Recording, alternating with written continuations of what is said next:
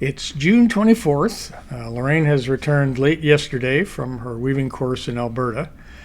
We decided to rest today and start our journey tomorrow home, but tonight we celebrate with champagne and king crab for dinner. The weather models predict that we have a good window on Wednesday for Dixon entrance and likely also one for Cape Caution on the weekend.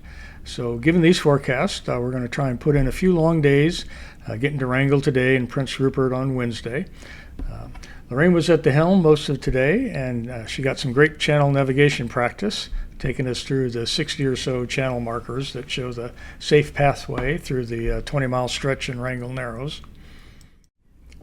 Well, as predicted, the weather was terrific today, so we kept to our plan and continued on to Wrangell.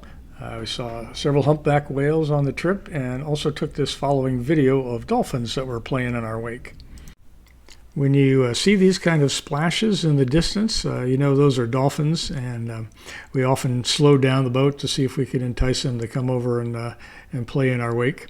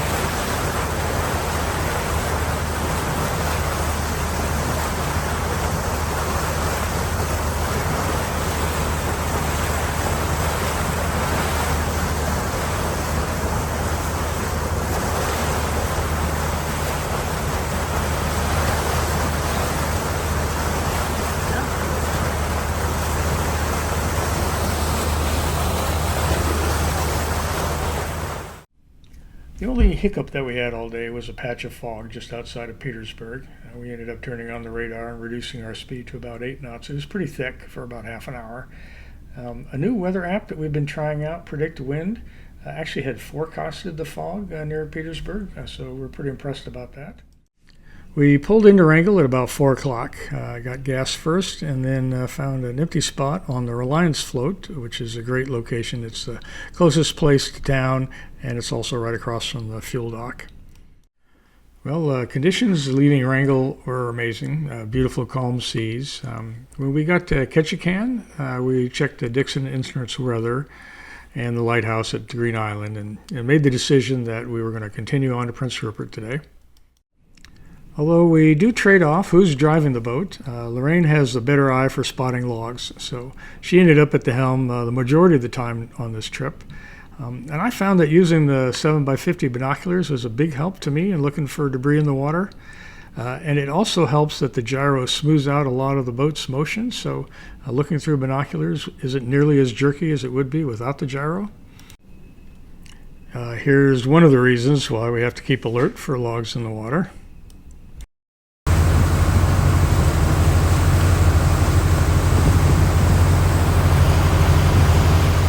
Well, as forecast, the winds picked up, and it was a bit rougher about halfway through Dixon entrance as we approached Green Island Light Station, and continued wavy from that point on until we finally ducked into Vin Passage on the last little segment before we get to Prince Rupert. As we got closer to Prince Rupert, we ended up getting a couple bars of cell phone coverage, so called in to schedule our Nexus arrival. Got our clearance right away with no need to check in when docked. Also, we were able to get a reservation, the last one I think, at Cow Bay Marina. The only spot available was on the outside breakwater. It was a bit uncomfortable with the wind and waves resulting in constant rocking. But later that evening, to make things even more interesting, we had this giant 200-foot-long superyacht, Stardust, come in and dock right next to us. And here's a side view of the Stardust and the Maggie Ann together, so the shark and the minnow.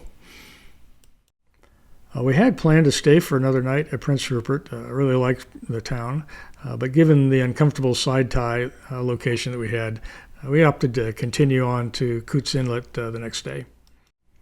On the way to Khutze, we poked our nose into Butedale, which is, as it turns out, for sale, $4.5 million. We thought we'd stop and tie up to the dock here and take a look around, but the dock was completely full. Maybe 7 or 8 boats tied up.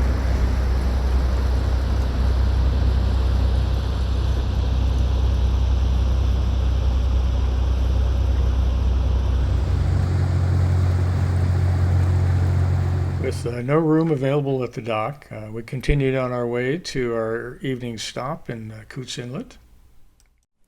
Khutze Inlet and its associated river system was designated as a conservancy in 2006. When we entered the inlet, we were greeted on Channel 16 by one of the Khutze watchmen that were stationed there. He ended up giving us a pamphlet and suggested that we anchor towards the end of the inlet, which we did. On our northbound leg, we anchored near the entrance at the Green Spit, which is closer to the main channel, but not nearly as scenic as going into the head of the inlet. This was a beautiful location. We anchored in 65 feet of water near the 2 waterfalls that are on the south side of the inlet. It started to get foggy as the evening progressed, and Lorraine ended up taking this panoramic shot of the inlet looking to the west. This pair of barn swallows visited us in the evening. Apparently this species has seen kind of a significant population decline, at least in the Pacific Northwest, over the past several decades. So it was kind of nice to see them show up. They're very pretty birds.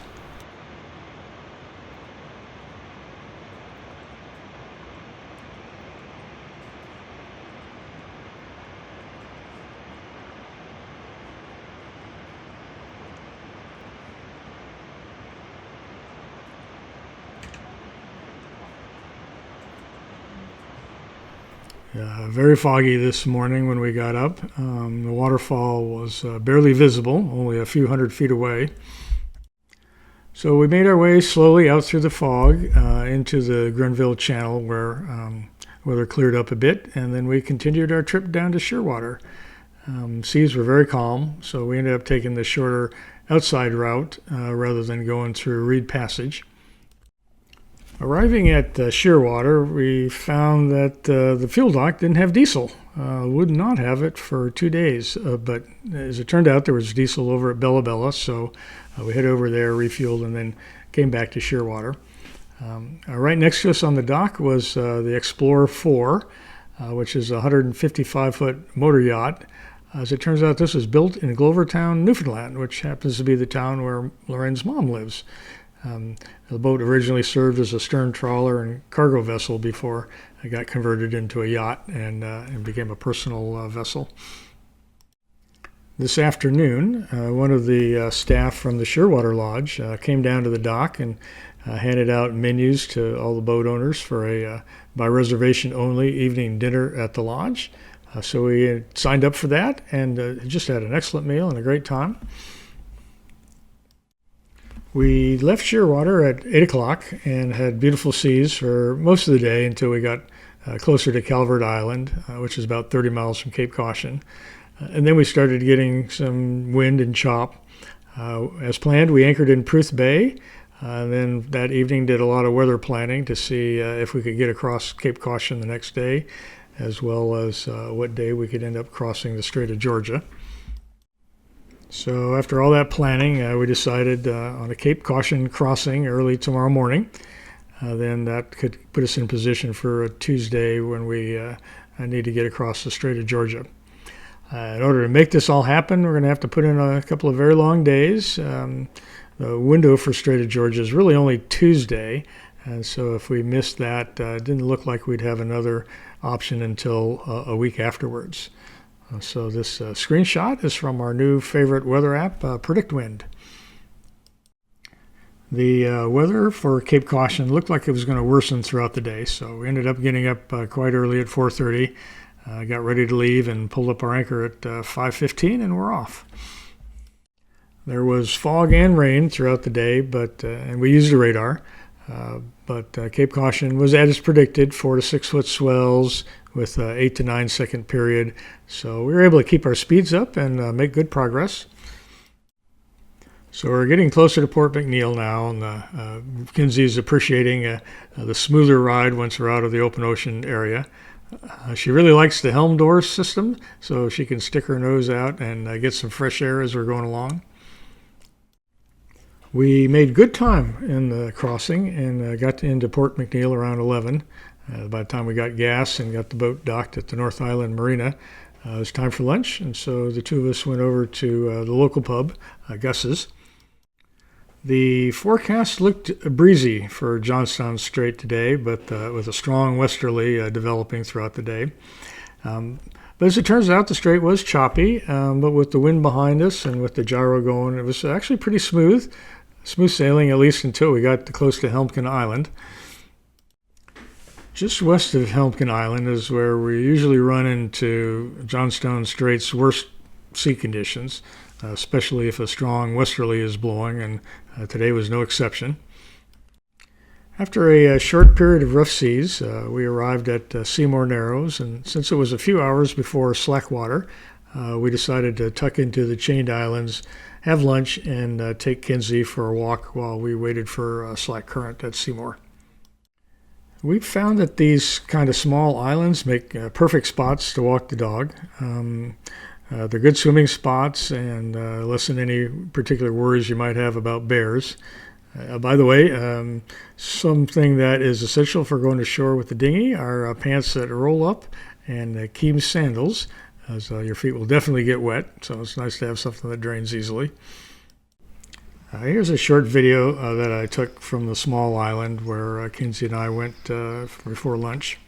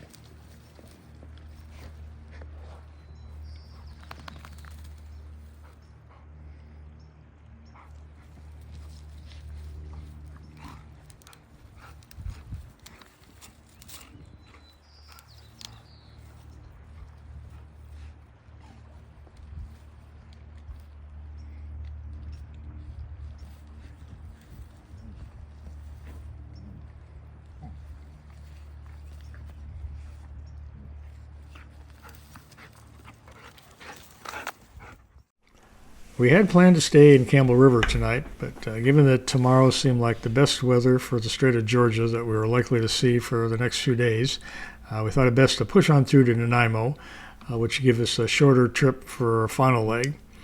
So we've cleared customs here before a number of times, but this is the first time we've stayed overnight. A very nice marina.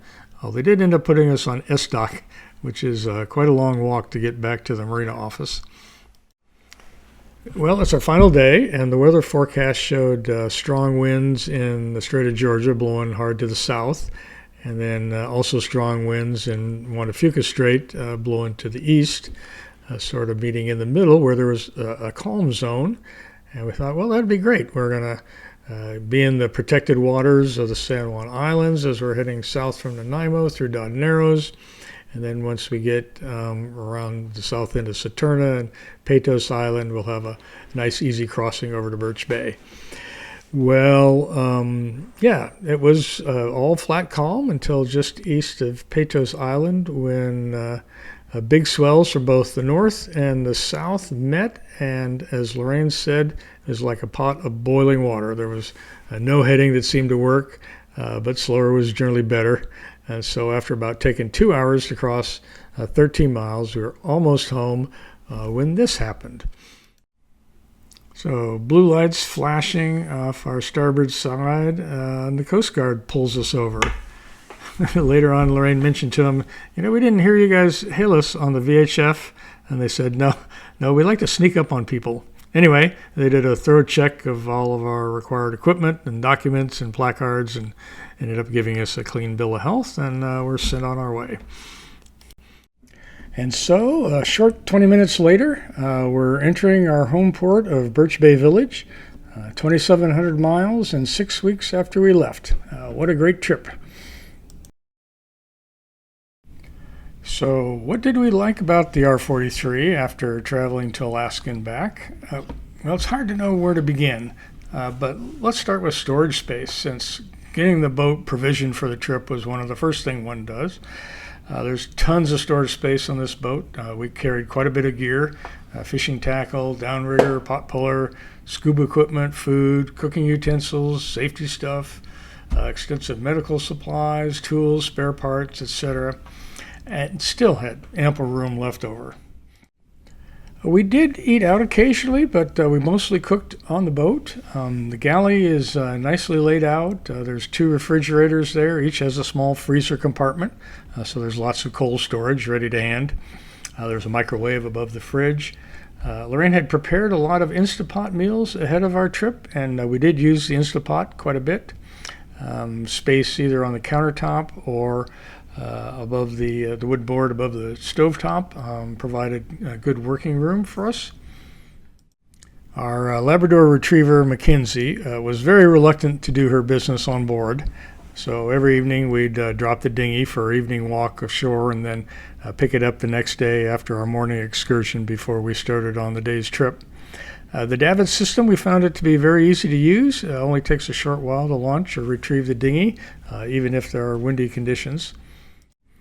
Even though almost all the marinas have a nearby laundromat, the onboard washer and dryer that's in the utility room under the dinette are very nice to have. Kinsey would have a swim almost every day and, of course, get toweled down afterwards. So being able to do laundry and dry clothes on the boat was a big plus. Now, there's cell coverage in almost all the towns we visit, and even sometimes in surprisingly remote spots. But having a satellite system for communications and weather forecasting is a really important plus. On our previous trips, we used the Garmin InReach Explorer, but for this trip, we did install the RV version of the Starlink system, and it worked great.